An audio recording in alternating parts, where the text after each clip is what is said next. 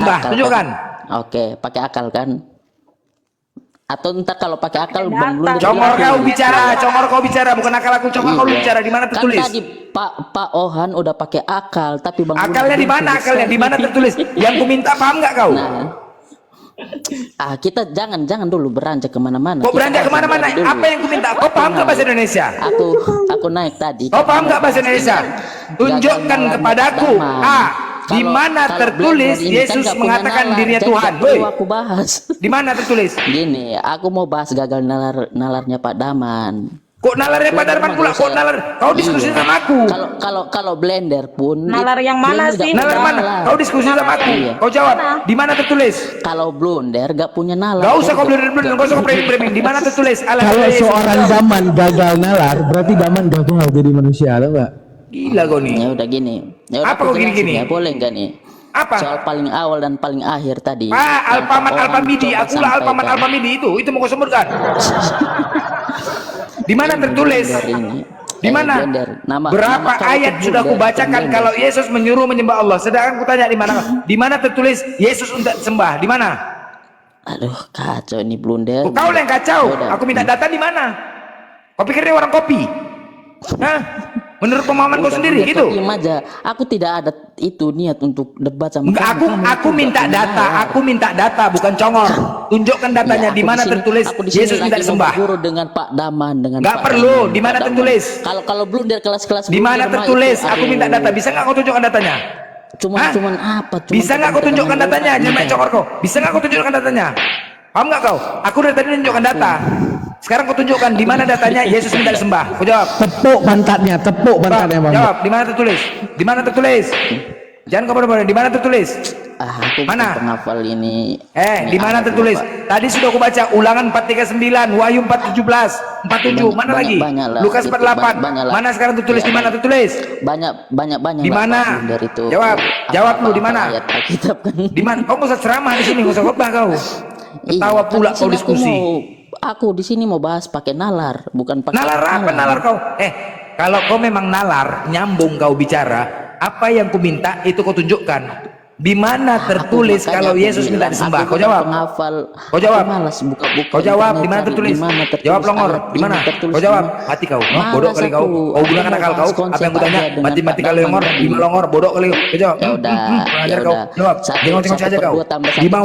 Di mana tertulis Yesus minta disembah? Jawab. Di mana tertulis? Kau jawab. Bodoh kali kau. Kau jawab. Kau jawab. Bodoh kali kau. Jawab. Di mana tertulis? Di mana tertulis? Paham nggak kau pertanyaan aku? Di mana tertulis? Di mana tertulis? Aku minta disembah. Di mana tertulis? Bodoh. Ngajar kau. Nomor kali kau. Aku gak tahu. Bodoh kali kau. Aku gak tahu. Mau aja kerja kau. Apa yang pertanyaan? Tahu nggak kau pertanyaan aku? Aku gak hafal. Tahu nggak pertanyaan aku? Tahu nggak kau pertanyaan aku, Longor? Aku gak hafal ayat. Loh, nggak hafal ayat? Ngapain kau diskusi kemari, Longor? Kurang ajar kau, sok paten pula kau. Sana kau. Kita di sini. Nggak hafal ayat? Ngapain kau diskusi kemari? Kita mau pakai nalar. Paten pula kau nasihat orang. Kalau nggak hafal ayat, tahu ayatnya, tunjukkan gitu. Nggak hafal ayat, ngapain kau naik kemari kalau nggak hafal ayat? Bukan kelas kau nih, pikir kau sana. Kalau nggak hafal ayat kan belum tentu gak punya nalar. Kalau blender kayak Bang Blunder ini bukan warung kopi, bicara berdasarkan pendapat. Bolehkah aku mengatakan gini? Bolehkah? Oke. Sekarang siapa nama kau? Kopilio. Bolehkan aku mengatakan kau ini longor? Boleh? Kau baca nama aku aja salah, Kopilio. Ya, suka hati aku lah. Aku mau baca. Kopilo. Bolehkah aku mengatakan kau longor gak ada otak? Boleh? Boleh? Salah ini gimana ini? Bolehkah aku mengatakan kau itu longor gak ada otak? Sepak kokoya? Boleh? Boleh? Terserah kau. Terserah kau mau bilang.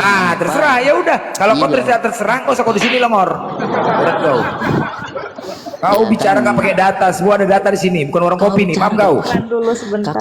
Mending aku bicara nggak pakai data. Kalau Bang Blunder bicara mending bicara nggak pakai data, kepala otak kau tadi aku bicara pakai data longor. Nggak pakai ajar kau. Mending bicara nggak pakai data. Mending bicara nggak pakai data. Kalau mending kau bicara nggak pakai data, turun aja kau maunya, turun aja kau. Ngapain kau di sini? Berat, ngapain kau? Aku lagi mau ini tanya. Ngapain kau di sini? Daman. Ngapain kau di sini? Nggak pakai data. Saya tidak Ngapain? ada urusan Apa yang dengan kau sampaikan? kamu, woi. Di sini Blunder. edukasi Nggak pakai ada data, urusan bukan pakai saya dengan congor. kamu, Semua pakai blunder, data. blunder. Jangan kau pikir blongor kali kau, kurang ajar kau. Jidat kau nih kau pukul, pantat kau kurang ajar, pergi kau sana. Penting kali Kemudian si makan congor blunder. lebih. Mati kau, Nggak mati kau kurang perlu ajar. kamu di sini, Mati kau, mampus blunder. kau, Nggak perlu mati aku kau, sama kamu. mati kau. Ini sama kau, Saya mati kau, ada keperluan kurang ajar dengan kau, kamu, mati kau, blunder. mampus kau, So mampus kau, penting kali mati kau, kamu, pergi kau blunder. sana, pergi. Otak kau nih kau, mati kau, Sekali kurang ajar, itu. mati kau, mati kau, mampus kau, mati kau nih sama kau, mati kau, kurang ajar, cabut kau. Minum dulu bang, minum capek kan bang. Oke, Bang apa? Bang Andreas. Sekarang kita masuk ke satu teori ya. Masalah penjabaran, masalah kata Tuhan dan Tuhan itu ya. Bang Andreas dulu pelajari ini nggak sastra bahasa Indonesia tentang kata polisemi. Tahu nggak polisemi? Tunggu bentar, karena saya tadi ini bentar. Ini ya, moderator Kak Irin cek ya kalau ada Bang Zuma ya. Karena mau kesini kan beliau katanya karena gitu. Ya. Gini Bang, ini ya kita bahas ini yang tadi bawa logika, kita akan bahas logikanya tuh ya. Di dalam itu pemahaman Bang, mungkin Bang Bang Andre sudah tahu ya bahwa asal kata daripada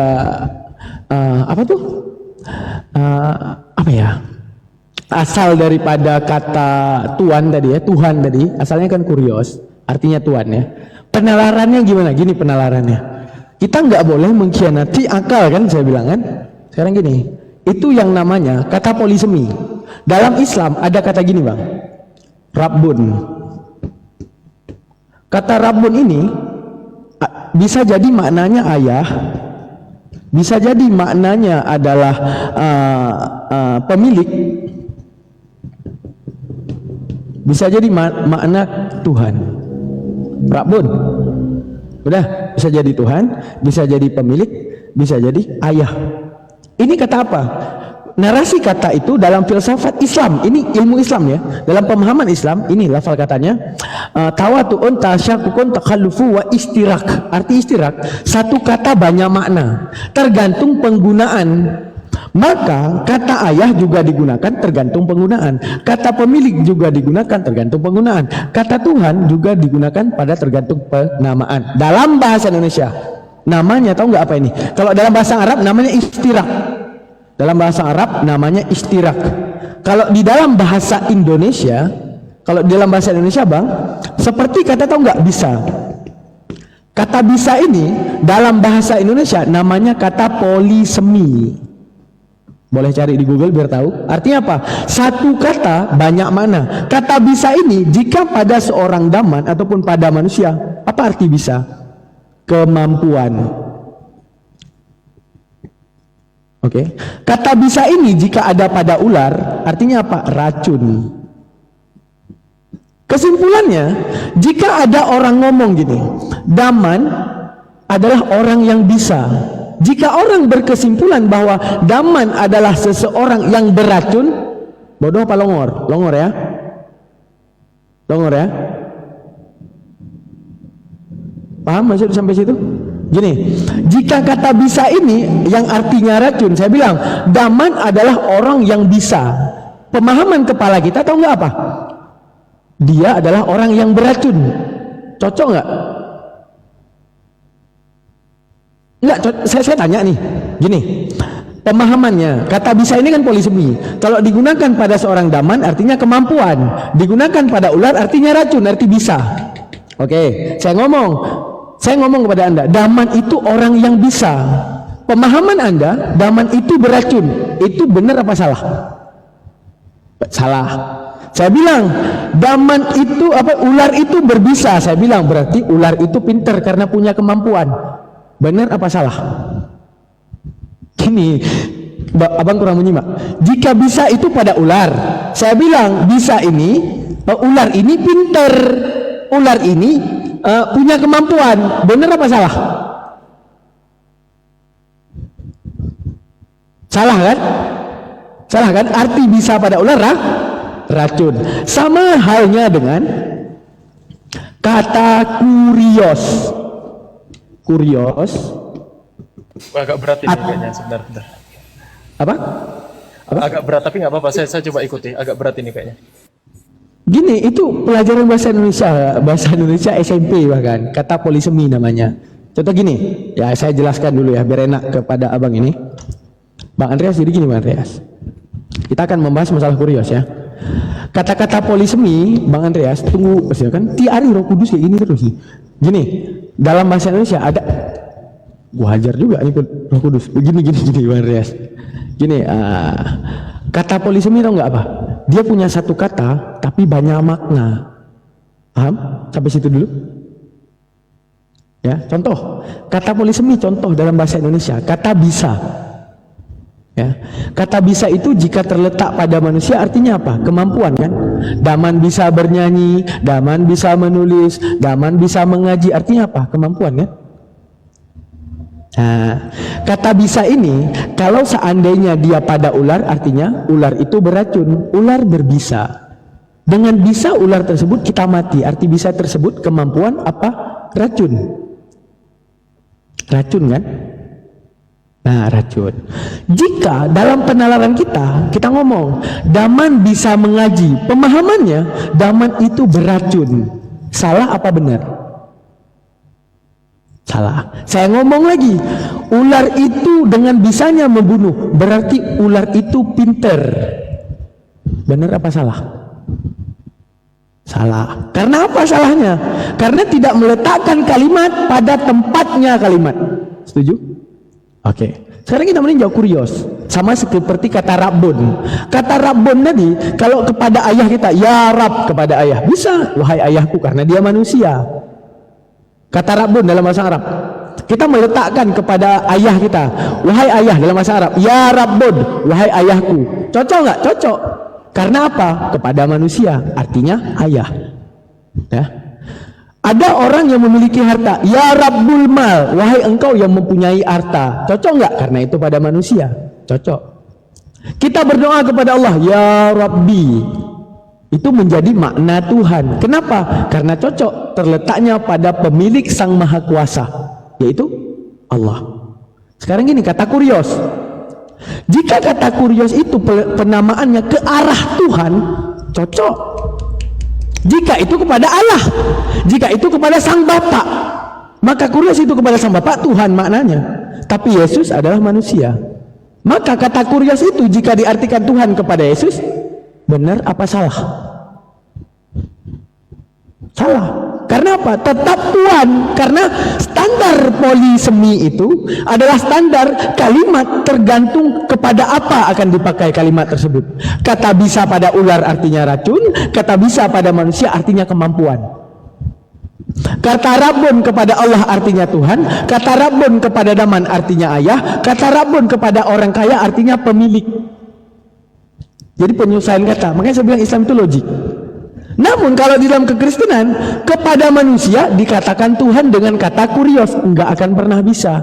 Karena secara mengkhianati sastra dasar berbahasa namanya. Paham? Nah, itu pemahamannya.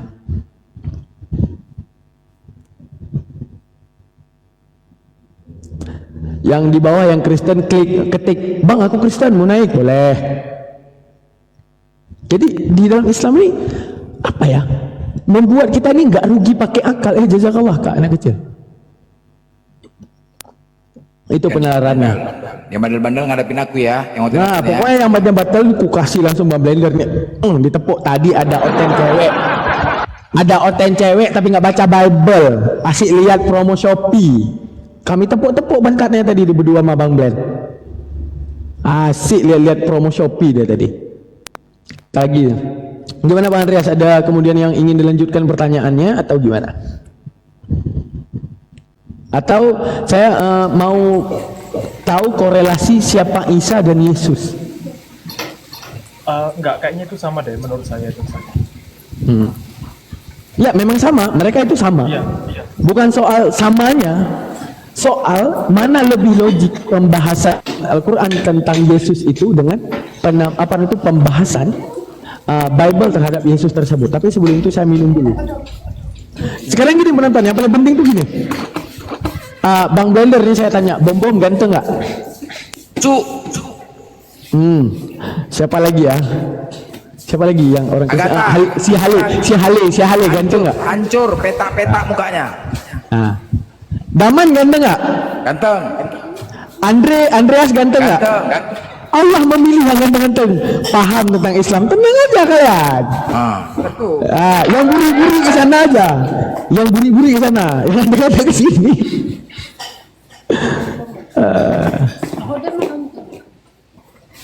Bentar, saya minum dulu ya. Bentar lagi saya akan mengungkap bagaimana kemudian Yesus ini difitnah sampai Yesus itu berdoa. Salamun alayya yawma wulidtu wa yawma amutu wa yawma ub'atsu hayya. Itu bagaimana bentar lagi bahasnya. Minum dulu guys. Kok nggak minum mati kita guys. Sabar ya. Aku yang ganteng apanya? Congornya kan? Ini bawah congor. Oh, Bang Blender nggak buka ini aja dia, nggak buka apa namanya itu?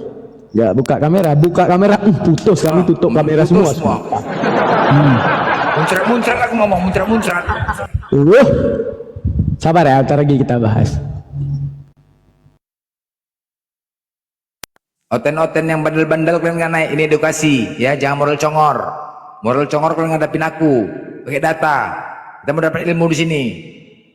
Gak suka hati kalian, pasti dibawa kepanasan nih. Kalau Andreas kayak gini kepanasan yang di bawah. Panasan, itu tadilah. Kalau ada kebencian di dalam diri susah memang. Benci aja. Hukum kasihnya nggak ada. Bacakan Amsal nanti baru tulis Amsal mau.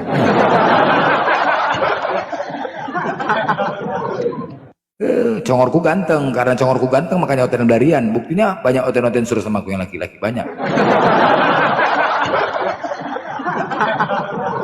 Karena pecinta ada lagi tungki ini, coba asik DM aku coba Blender, pantatku besar ya, bulat ya. Ren, serius Ren. Ini ada Wulanda. Assalamualaikum. Belum menyapa. Cambuk juga nggak mau disapa nih. Wulanda, Assalamualaikum. Mana ya? Assalamualaikum. Nggak ada, cambuk juga nih. Hah? Assalamualaikum. Mana yang nggak campur? Waalaikumsalam. Iya lagi itu. Udah jawab dari tadi. Oh, kalian nggak tahu aja kalau bulan on cam, Agatha emang upilnya doang itu. Betul lah.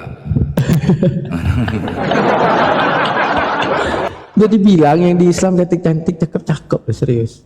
Yang di Islam kemudian membelot, ya kayak Bu Yuni membelot, wajar. Ya. Petak, jadi petak. Ada di kota-kota.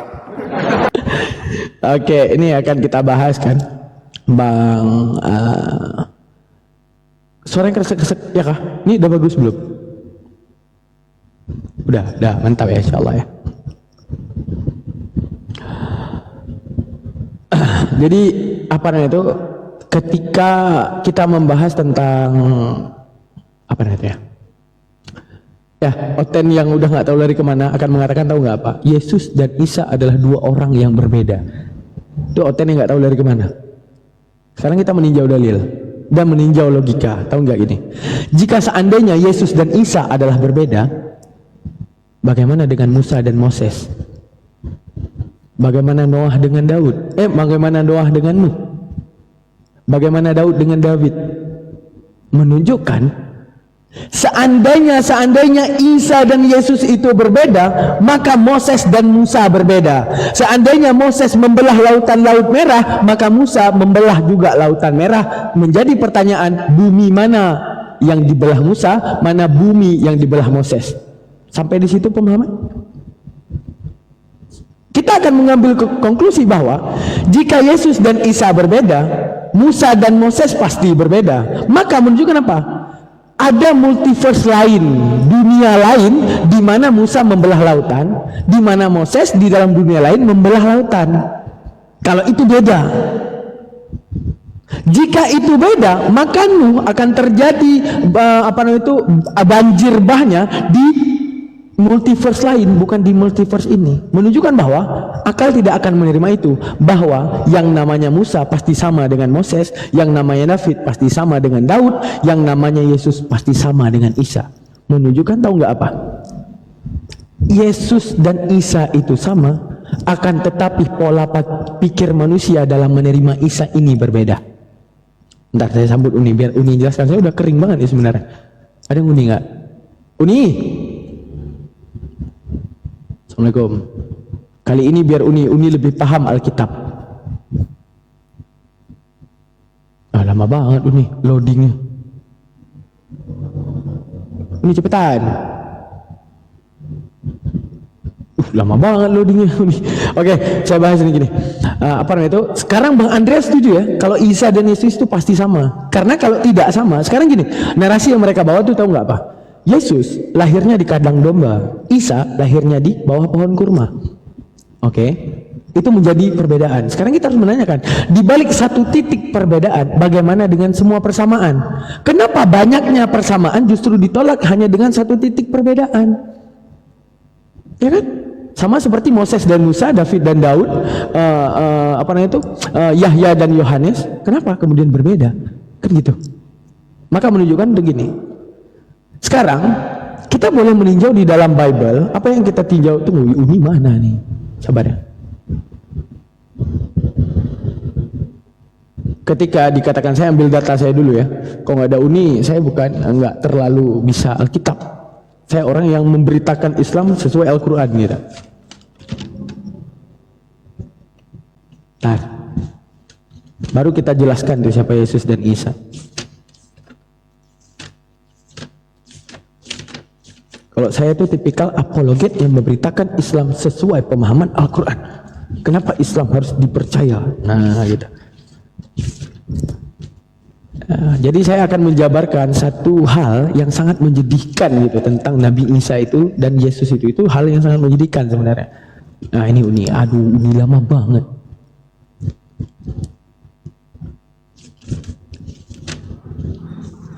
Nah Uni, ini langsung nggak usah ngangkat tema dengan Bang Andreas. Ini hampir banget satu titik lagi.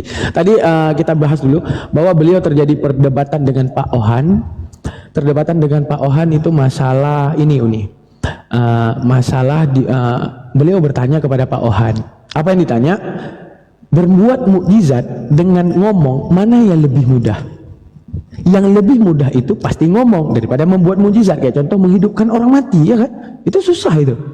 Tapi ngomong hal yang mudah. Maka pertanyaan daripada Bang Andreas, satu saja sisi. Kenapa saya harus dikotolik? Karena apa? Tidak ada satupun Yesus ngomong kalau dia adalah Tuhan. Maka menunjukkan jika tidak ada satu pernyataan pun tentang pengenalan dirinya tentang Tuhan, bagaimana kemudian akan dikenal? Artinya itu gini, Tuhan, interpretasi Kristen, Tuhan yang tidak bisa dijamah oleh ruh, mengambil kedagingan, tujuannya memperkenalkan diri. Benar Bang Andreas yang diajarkan gereja seperti itu? Benar. Sekarang arti memperkenalkan diri harus ada satu kata-kata yang berbunyi perkenalan. Setuju? Setuju? Kalau dia tidak memperkenalkan diri, visualisasi yang dihadirkan adalah visualisasi manusia. Maka jika visualisasi manusia yang nampak di depan manusia pasti manusia. Paling kurang dia ngomong aku adalah Tuhan, ya enggak? Itu namanya narasi perkenalan diri. Menunjukkan ada satu problema besar di dalam pandangan siapa Yesus yang sebenarnya, siapa Yesus menurut Yesus. Untuk Yesus menurut Yesus saya serahkan kepada Uni. Silakan Uni.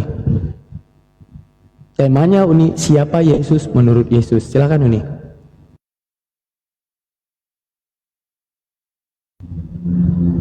Uni, monitor. Iya, bentar-bentar. Aku pakai sanggul dulu, Daman. Aida. Oke. Ya udah saya lanjut nanti kalau udah bilang udah Daman gitu ya. Oke, gini. Abang Andreas, Anda tahu nggak? Ada yang namanya pandangan orang, ada yang namanya perkataan sendiri. Contoh, saya ngomong sendiri, aku adalah gubernur. Ada orang lain yang ngaku-ngaku sahabatku, yang ngaku-ngaku temanku ngomong, aku Bang Daman itu bukan gubernur, dia itu presiden. Mana yang lebih dipercaya? Omongan orang tersebut atau pernyataan orang lain? Pernyataan saya sendiri ya. Besarkan Andreas, Daman. Bosan lihat wajah Daman, pengen nengok muka Andreas. ini kalau masuk Islam kita godain, kita cetin dia, gitu ini gas nih. Bini Iya. di samping nih, bini di Bentar samping ya. istrinya di samping. Ya, karena aku cuma bilang dia ganteng. Apa salahnya? Kan memang gantengnya. Oh, iya. Iya, Jangan. kan tadi kami udah bahas dengan Bang Blen, tahu nggak apa? Udah. Saya tanya nih, Bang Blen, Ya udah, Bom Bang ganteng Blender nggak? nggak ada ganteng-gantengnya, udahlah dia Nggak pacar ada, si Yuni udahlah. sudah. Iya. Ya udah, lanjut. Oke, gini. Temanya siapa Yesus menurut Yesus ya? Bukan, Uni mau bukan ke ranah substansi si diskusi dulu. Uni mau membuat kesepakatan dulu dengan Andreas dulu. Sebelumnya selamat siang saudaraku Andreas. Kita berbeda keyakinan. Engkau dilahirkan dari rahim Kristiani dan saya dilahirkan dalam rahim Muslim. Tapi Robul Alamin ini siapapun nama yang kau sebut, Tuhan yang diperkenalkan oleh Yesus memberikan hak yang sama kepada engkau dan saya. Apa hak kita? Umur yang panjang untuk mencari pengetahuan. Anda diberikan umur, diberikan otak, tapi tidak sama dengan hewan. Otak yang memiliki daya berpikir yaitu akal, hati nurani yaitu dayanya memiliki empati. Maka Anda dan saya sama. Anda bukan psikopat, saya bukan psikopat. Blender psikopat. Dia kalau makan ayam goreng, tulangnya pun dibantai sama dia. Kena Dikunyah lagi sama dia. aduh. Ya, jadi Anda bukan psikopat, saya bukan psikopat, maka kita memiliki logika yang sehat. Maka standar logika yang sehat itu secara apa? Ada namanya ruang keilmuan disebut dengan logika akademik. Maka ini yang merujuk kepada ilmu filsafat. Sokrates adalah orang yang ingin menjawab pertanyaan-pertanyaan, memunculkan jawaban-jawaban melalui konsepsi dan menghasilkan konsep dan juga konsepsi.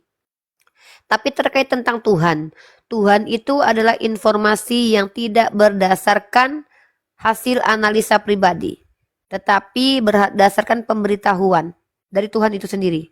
Apakah Anda sepakat dengan saya atau tidak? Oke, good. Jadi Anda dan saya lahir tanpa ilmu pengetahuan. Kita sepakat lagi.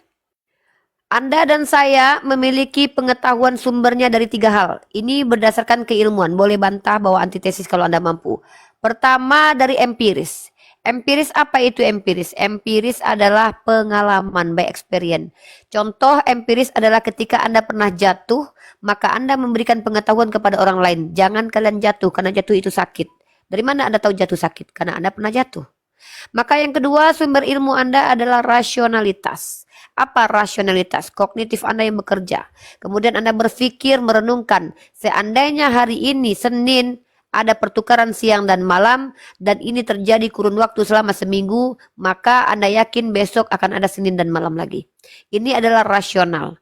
Kalau seandainya lantai, Anda lihat itu aspal basah, dan Anda tahu beberapa waktu lalu Anda berpikir bahwa ada air yang jatuh ke bawahnya dan kita secara konsensus sepakat namanya adalah hujan, maka Anda punya ilmu pengetahuan. Apa itu? Bahwa aspal basah ini bukan karena kencingnya daman, tapi karena hujan. Karena nggak mungkin kencingnya daman itu hanya merasuki semua daerah kota. Ini nggak masuk akal. Kalau daman terkencing seluruh kota nggak mungkin. Maka Anda tahu ilmu pengetahuan Anda datang bahwa oh iya ini namanya hujan. Konsensus kita, kesepakatan kita di Indonesia mengatakan bahwa air yang turun dari langit itu disebut hujan. Nah, ini adalah metodologi ilmu pengetahuan, dapatnya ilmu pengetahuan.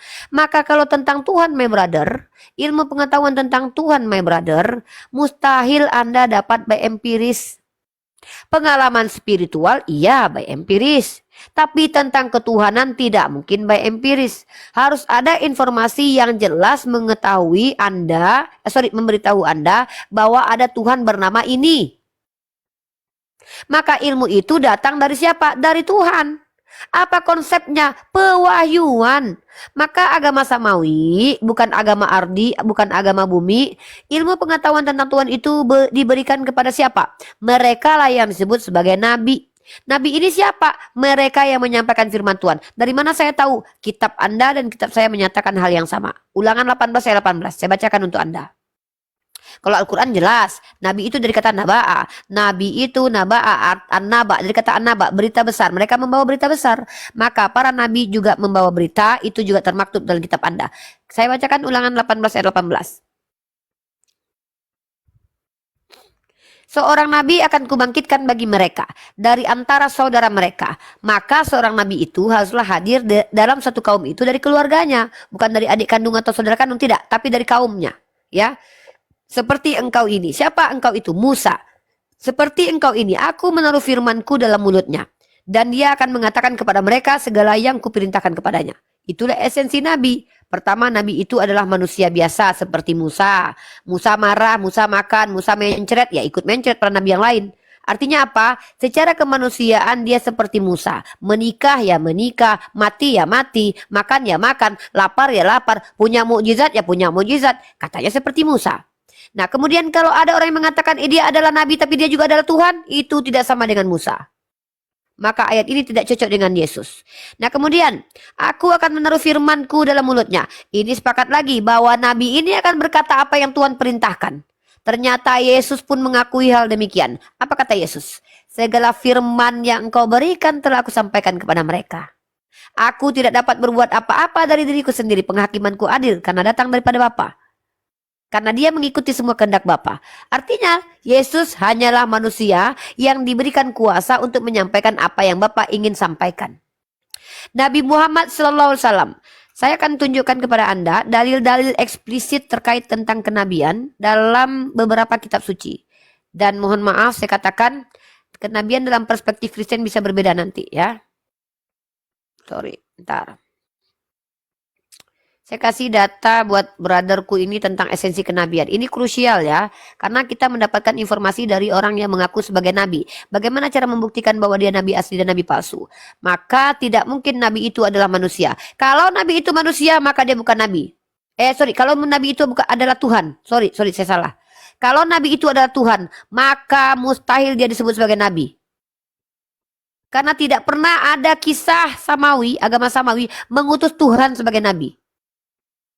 Ya sorry kalau saya salah barusan ya. Nah jadi saya akan tunjukkan kepada Anda esensi seorang nabi dalam beberapa kitab suci. Oke. Mari kita bahas tentang nabi. Yang pertama, nabi itu esensinya kriterianya. Ya.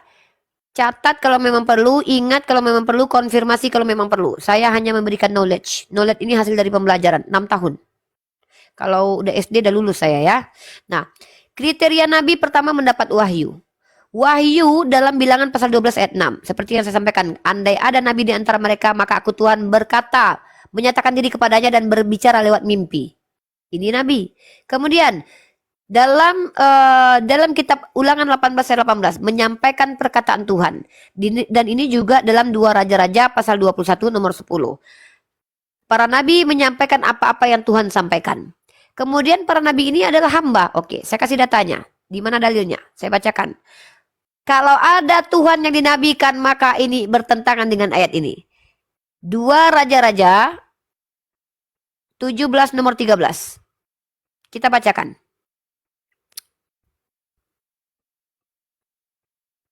Bentar.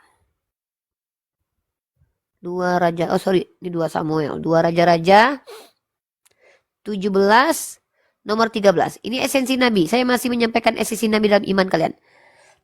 Tuhan telah memperingatkan kepada orang Israel dan kepada orang Yehuda dengan perantaraan semua nabi dan semua tukang tilik. Jadi kalau ada Tuhan mengutus Tuhan dan dia adalah nabi, ini Tuhan kok aneh, ngaco. Gak perlu perantara kalau gitu, dia sendiri yang turun. Ya, Tuhan mengutus dirinya sebagai nabi. Ini ngaco. Tidak sesuai dengan esensi cara menyampaikan wahyu dari agama samawi, yaitu agama Abrahamik. Nah, kemudian kita lihat para nabi dalam risalahnya orang Oke. Oh sebentar, YouTube saya tidak ada suara ya. Bentar. Sorry, bentar Andreas ya, biar bentar.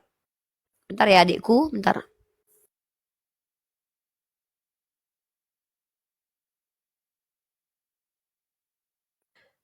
Bentar ya, yang ada di YouTube. Sebentar, sabar.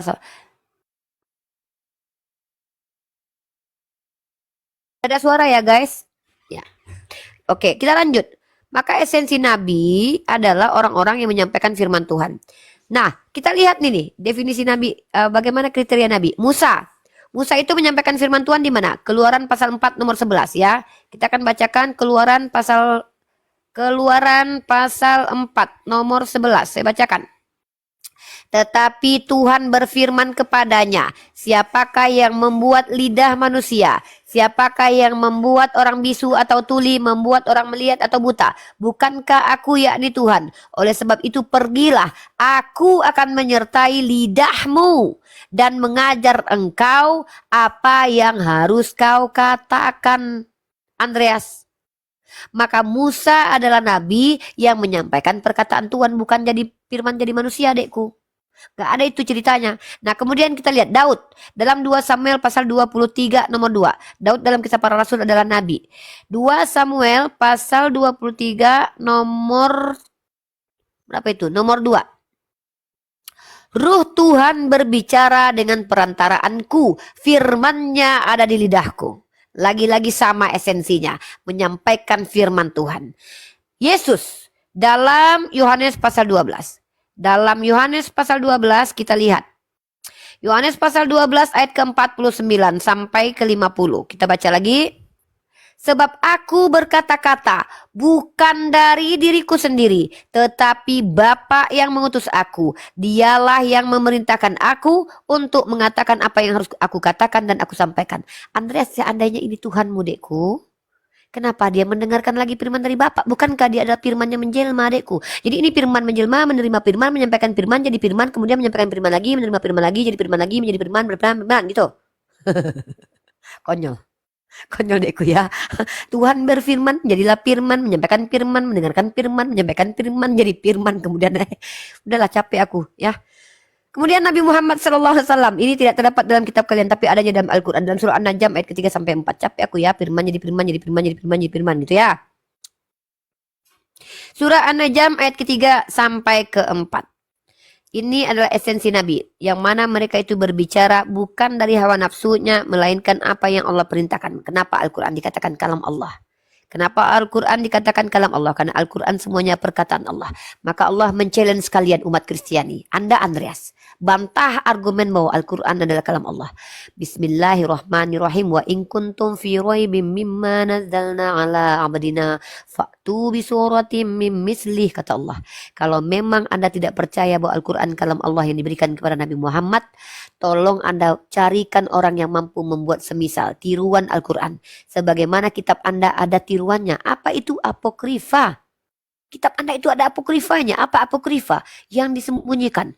Menurut si Filipus ini Injil. Menurut si Thomas ini Injil. Menurut Maria ini Injil. Tahu-tahu kata gereja itu semuanya dusta dan bohong.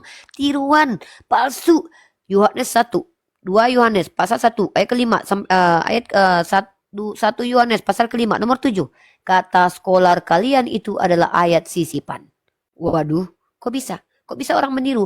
Yang namanya karangan manusia bisa ditiru, dekku. Yang buatan Tuhan emang bisa ditiru? Emang ada yang bisa mampu menciptakan buatan Tuhan sempurna sebagaimana ciptaan Tuhan? Nehi acakarengge ya, dek? Tidak pernah ada. Oke, Nabi Muhammad dalam surah An-Najm adalah orang yang menyampaikan firman Tuhan. Saya bacakan Al-Qur'annya. Ya, sabar.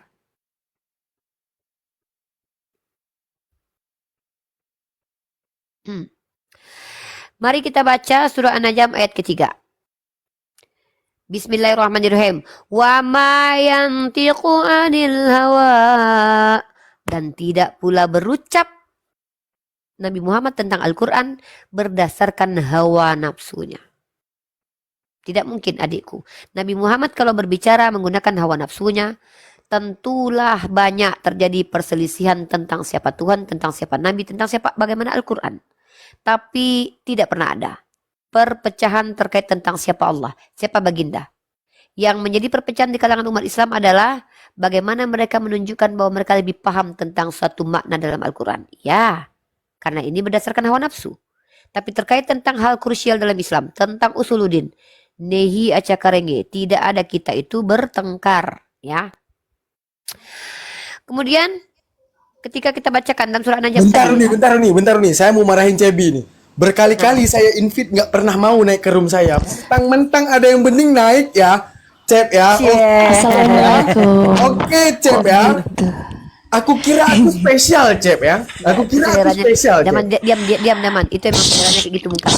Lanjut. Jangan Dia nggak suka framing. yang Arab-Arab Lanjut. ya. Dia nggak suka yang Arab-Arab, dia suka yang Korea-Korea gitu. Oke, lanjut. Diam. Lanjut. Lanjut.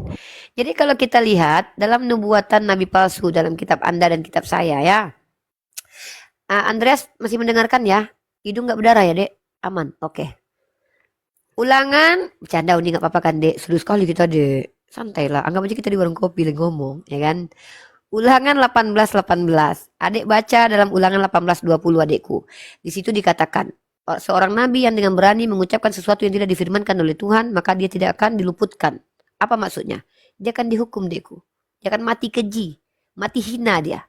Maka ketika Anda sebagai Kristiani percaya bahwa Yesus mati terkutuk di tiang salib, sama saja Anda menuduh dia nabi palsu, dekku.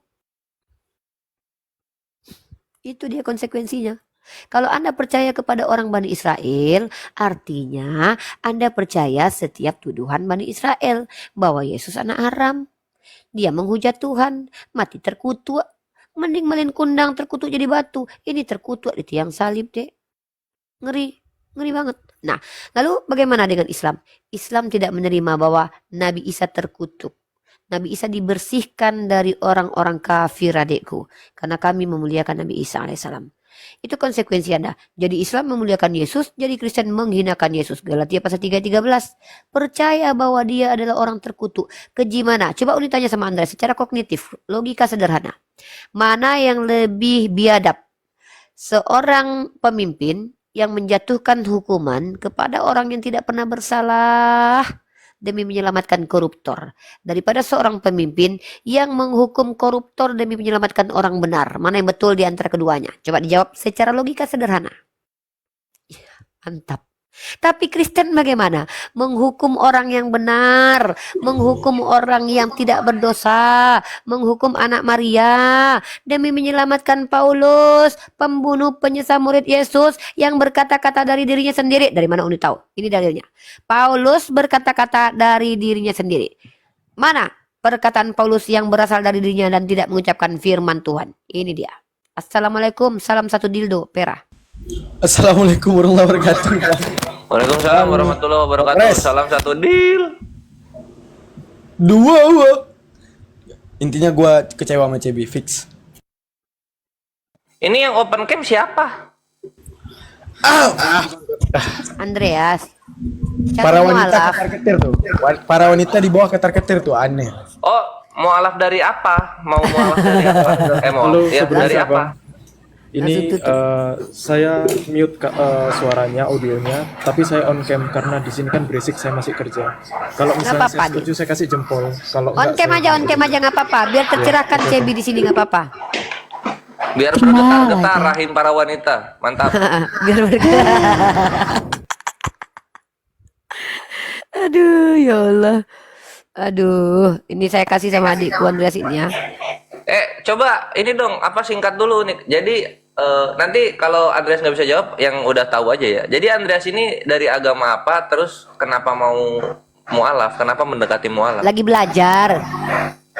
Oh, dari apa? Kristen, Katolik, Protestan? Katolik. Oke. Lanjut. Oke. 1 Korintus pasal 7 nomor 40. Apa kata Paulus? Tetapi menurut pendapatku lagi. Kemudian banyak sekali ya kalau kita Andreas kalau mungkin menyimak, Uni sebutkan saja nama ayatnya, nanti silakan di cross check sendiri. Anda kalau punya aplikasi Bible, Anda klik di situ pendapatku, maka akan muncul pendapat dari Paulus. Simple cara mencarinya ya. Anda mau lihat di sabda.org juga boleh. Jadi intinya, menurut esensi kenabian, maka Paulus adalah orang yang berbicara dari hawa nafsunya sendiri. Ya, dia di awal adalah orang yang menyesah murid-murid Yesus, orang yang membunuhi orang-orang seperti Stefanus. Tiba-tiba mengaku sebagai orang yang dipilih Yesus sementara baru bertemu dengan Yesus setelah Yesus naik ke langit. Nggak masuk akal, karena Yesus berkata, dia akan turun sebagaimana dia datang. Ya jadi manusia lah, nggak jadi roh. Tiba-tiba kok mengaku ada roh berbentuk manusia, mengaku sebagai Tuhan. Masa begini pula katanya, Tuhan, Saulus, siapakah engkau Tuhan? Ada-ada aja. Ini nggak betul itu. Jadi Andreas, silakan dilanjut dengan Bang Perah. Pemaparan Uni terkait tentang bagaimana cara kamu mendapatkan ilmu. Ada 3 ya poin saya. Dari pewahyuan, dari empiris, rasional. Kalau seandainya kamu bicara tentang Tuhan, tidak ada wahyu, tidak ada dalil, gagal sudah. Berarti kamu berbohong. Kamu dapat informasi dari sesuatu yang tidak betul. Maka pastikan keimanan kamu bersandar, Deko. Bersandar kepada kitab suci. Even itu kitab Bible sekalipun, maka akan terlihat kebenarannya bahwa Yesus tidak pernah mengaku sebagai ilah. Tetapi siapa Yesus menurut Yesus? Kamu silakan cari itu dalam Bible, tapi yang paling jelas Yesus mengatakan bahwa dia adalah utusan, bukan Allah Bapa. 1 Korintus pasal 8 ayat 6. Satu-satunya Allah adalah Bapa, satu-satunya Theos. Satu-satunya Kurios adalah Yesus. Kurios adalah narasi untuk orang yang dimuliakan bergelar apa? Tuan. Pemilik keledai yang diambil Yesus juga dipanggil Kurios. Theos, siapa yang dipanggil Theos? Theos adalah sembahan, seperti Zeus, dewa-dewa. Maka yang disembah, yang diperkenalkan oleh Yesus sebagai Theos adalah Allah Bapa di surga. Siapa dia? 1 Timotius pasal 6 ayat 16. Bahwa Theos tidak dapat terhampiri, apalagi mati. Theos itu hidup kekal. Kok mati? Theos itu tidak ada yang melihatnya. Kok ada yang melihat Theos? Maka tidak pernah diksi muncul dalam kitab Anda bahwa Yesus adalah Theos, kecuali dalam 1 ayat. Dalam 2 ayat. Yang pertama, Thomas terkejut ketika melihat Yesus. Ya Kurios, ya Theosku. Apakah dia mengatakan Yesus Theos? Tidak, dia kaget. Lalu dalam 1 diksi 1 Ibrani ayat 8, di mana katanya tertulis Bapa mengatakan anak sebagai Theos, padahal penulis Ibrani mengutip kitab Mazmur yang diganti. Dalam narasi aslinya di situ tertulis tahtamu kepunyaan Allah.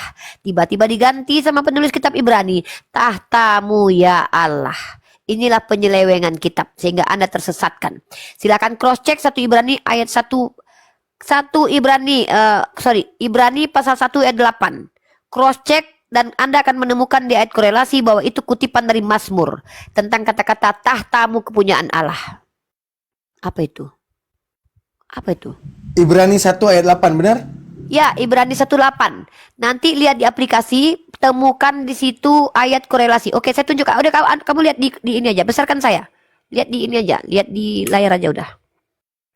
Bukti penyelewengan Alkitab Anda, brother. Nih. Ini kitab Ibrani. Kamu boleh lihat dulu. Ini kitab ini ya. Ini lihat ya. Ini aplikasi Bible ya. Lihat ini Ibrani. Ibrani, kamu lihat ayat 1, pasal 1, kamu buka ayat 8. Di sini tertulis, menurut penulis Ibrani, tetapi tentang anak ia berkata, tahtamu ya Allah, di sini Tuhan Anda Bapa, Tuhan Bapa menuhankan Tuhan anak. Make sense nggak? Masa Bapak memanggil Allah kepada anak? Lalu kalau kita lihat di sini ada tanda bintang. Anda klik tanda bintang ini, maka akan menemukan ayat Mazmur. Ternyata kutipan Ibrani itu mengutip dengan salah kitab Mazmur. Di Mazmur bagaimana tulisannya? Tahtamu kepunyaan Allah. Di sini dirubah ayatnya. Tetapi tentang anak berkata, tahtamu ya Allah. Ini penyelewengan. Penulis Ibrani yang konon katanya Paulus melakukan penyelewengan dengan mengutip secara salah kitab Mazmur. Begitu. Maka yang Anda imani kalau Anda mengikuti Paulus, Anda mengikuti orang yang tidak jelas siapa bapaknya. Paulus tidak jelas siapa bapaknya. Dan mengaku bertemu dengan Yesus setelah Yesus berkata, dia akan pergi kepada Bapakku dan Bapamu. Lalu dia berkata, kalau ada yang mengatakan bertemu Mesias di padang gurun, bertemu Mesias di bilik, jangan kau percaya. Di mana Paulus bertemu dengan Yesus? Damsik, arah mau ke Damsik itu padang gurun Sai. Adikku yang ganteng, ya mirip Cebi. Damsik, arah mau ke Damsik itu padang gurun. Maksudnya sama-sama pakai kacamata kayak Cebi gitu. Ya. Yang kedua, Paulus narapidana menulis surat dari dalam bilik penjara, mengatakan bertemu Roh Kudus dalam bilik penjara. Dia yang bawa-bawa Mesias, mengajarkan Mesias mati untuk menebus dosa. Ya, artinya apa? Bagaimana mungkin ketika Yesus berkata, jangan kau percaya, tiba-tiba kalian mempercayai orang yang mengaku bertemu Yesus di padang gurun dan juga dalam bilik. Kemudian Yesus juga berkata, hati-hati dengan ragi Farisi. Apa itu ragi Farisi? Bible Anda menuliskan, ragi Farisi adalah kemunafikan. Pertanyaan saya, ketika Yesus berbicara hati-hati dengan ragi Farisi, apakah Paulus pada waktu itu seorang Farisi? Yes, maka Yesus mengatakan hati-hati dengan Paulus. Kok kalian malah percaya coba? Ajaran Paulus dengan Yesus bertentangan. Saya tunjukkan pakai data, bukan pakai asumsi. Ini dia ajaran Paulus dengan Yesus yang bertentangan.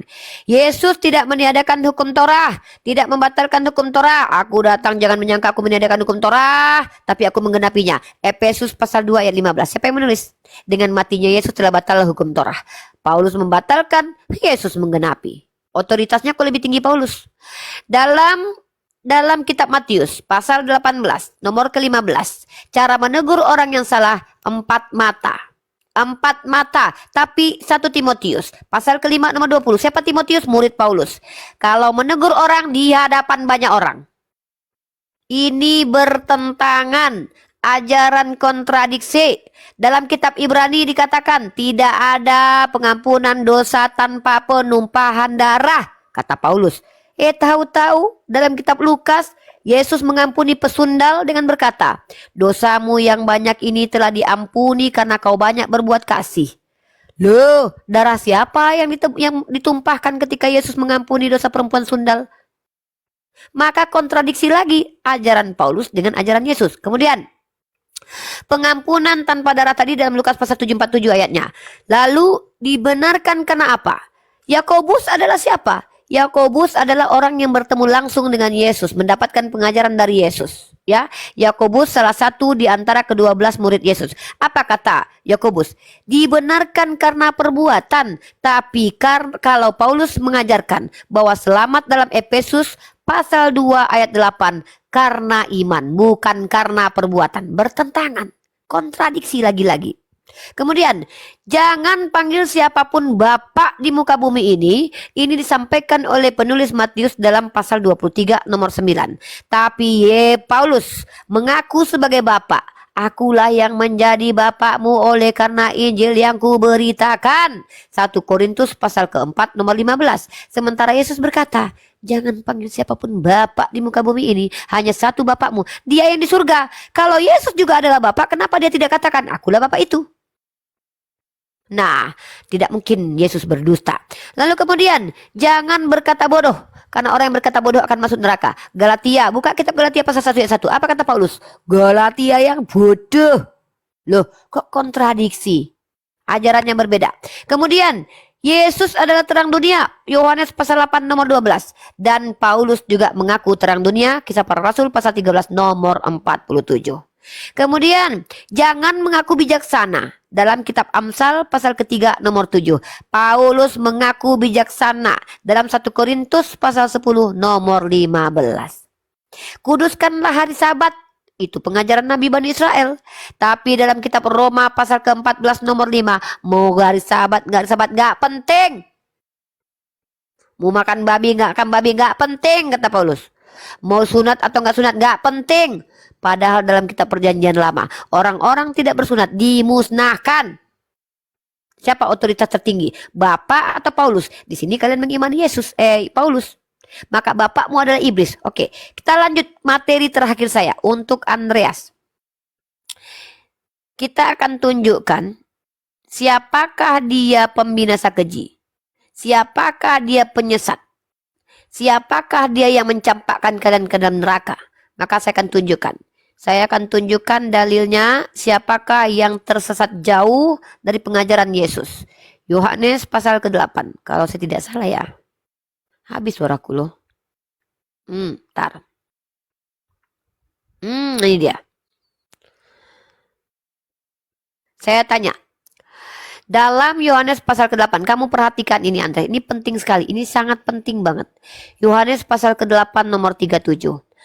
Apa kata Yesus? Aku tahu bahwa kamu adalah keturunan Abraham, tetapi kamu berusaha untuk membunuh aku karena firmanku tidak beroleh tempat di dalam kamu. Apa yang kulihat pada Bapa, itulah yang kukatakan, dan demikian juga kamu perbuat tentang apa yang kamu dengar dari bapakmu. Artinya Bapak Yesus dengan bapak orang-orang Yahudi pada waktu itu berbeda. Sembahan mereka berbeda. Intinya mereka mengikuti sesuatu yang berbeda. Apa kata orang Yahudi? Jawab mereka kepadanya, Bapak kami ialah Abraham. Kata Yesus kepada mereka, jikalau sekiranya kamu anak-anak Abraham, tentulah kamu mengerjakan pekerjaan yang dikerjakan oleh Abraham. Tetapi yang kamu kerjakan ialah berusaha membunuh aku. Lalu apa kata Yesus? Aku seorang yang mengatakan kebenaran kepadamu, yaitu kebenaran yang kudengar dari Allah. Pekerjaan yang demikian tidak dikerjakan oleh Abraham. Maka kalau seharusnya orang itu mengaku sebagai pengikut Abraham, dia tidak berniat membunuh Yesus. Harusnya, karena Abraham tidak melakukan itu. Apa kata Yesus di ayat ke-41? Kamu mengerjakan pekerjaan bapakmu sendiri.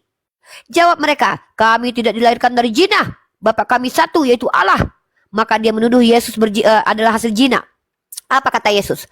Kata Yesus kepada mereka, jikalau Allah adalah Bapakmu, kamu akan mengasihi aku, sebab aku keluar dan datang dari Allah, dan aku akan datang bukan atas kehendakku sendiri, melainkan dialah yang mengutus aku. Apakah sebabnya kamu tidak mengerti bahasaku? Sebab kamu tidak dapat menangkap firmanku. Iblislah yang menjadi bapakmu. Siapa iblis? Bapak siapa? Orang yang berniat membunuh Yesus, brother. Maka Yesus mengatakan, para hansip Romawi, hakim-hakim orang Farisi, orang-orang Bani Israel, mereka menurut Yesus mengikuti perintah bapaknya, yaitu iblis, karena ingin membunuh Yesus. Paham tidak dengan ayat itu? Menurut kamu apa yang saya sampaikan sesuai tidak dengan yang saya bacakan? Maka pertanyaan saya, siapa yang menginginkan kematian Yesus? Dialah yang mengikuti iblis. Tapi lebih iblis lagi bukan yang menginginkan kematian Yesus.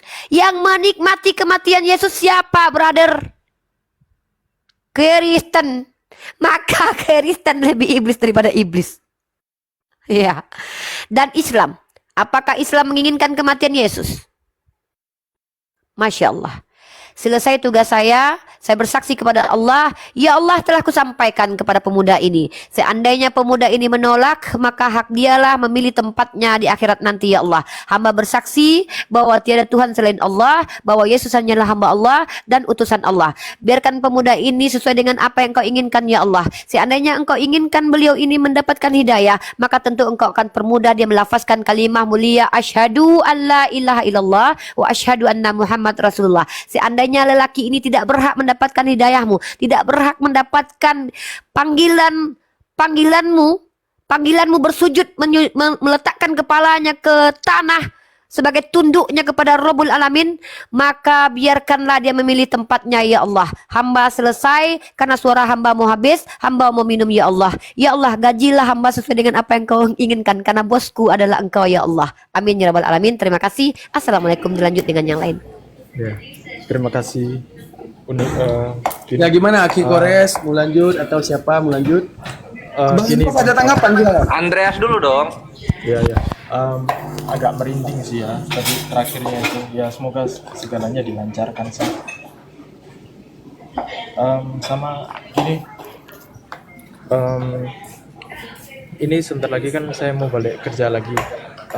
Saya izin off dulu ya. Saya mau ngecas HP dulu. Nanti saya. Tapi bentar Bang Andreas sedikit. Tapi ada satu kendala ya dari Bang Andreas. Maksudnya calon istri Bang Andreas itu yang membuat tertahan ya Bang ya. Betul. Aduh, para wanita.